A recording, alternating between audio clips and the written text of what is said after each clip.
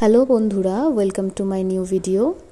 আমরা সবাই জানি বিগত দুদিন ধরে প্রচুর পরিমাণে বৃষ্টি হচ্ছে।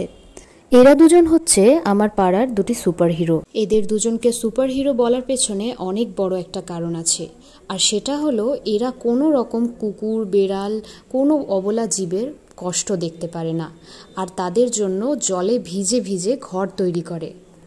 অনেককেই দেখেছি অবলা জীব যেমন কুকুর, বেড়াল এদের দেখলে বা বৃষ্টিতে ভিজতে দেখলে, রোদে পুড়তে দেখলে এদের কিন্তু বাড়ির গ্যারেজে আশ্রয় দেয় না, অথবা ঘরের সামনের দরজাটাও খুলে দেয় না, উপরন্তু মুখের ওপর দরজা বন্ধ করে দেয়।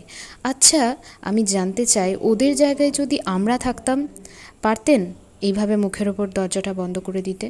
আজ এই ছোট্ট দুটি ছেলে ওই অবলা জীবেদের জন্য যা করেছে তা সত্যিই প্রশংসনীয়।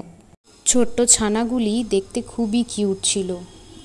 আজ এই ছোট্ট ছেলে দুটি উদ্যোগ নিয়ে যদি ওদেরকে বৃষ্টির জল থেকে রক্ষা না করত, তাহলে হয়তো ওরা এভাবেই বৃষ্টিতে ভিজে ভিজে অসুস্থ হয়ে পড়ত। আমার সবার কাছে একটাই অনুরোধ, আজ শুধুমাত্র দুদিন হয়েছে, বর্ষাকালটা পুরোটাই পড়ে আছে।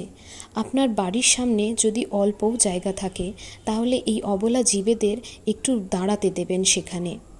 আপনি খাবার দিতে না পারুন, কিন্তু ছায়াতল থেকে তাদেরকে তাড়িয়ে দেবেন না।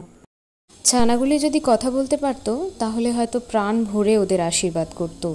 ওরা এখন অনেকটাই সুরক্ষিত রইল শুধুমাত্র এই দুটি ছেলের জন্য।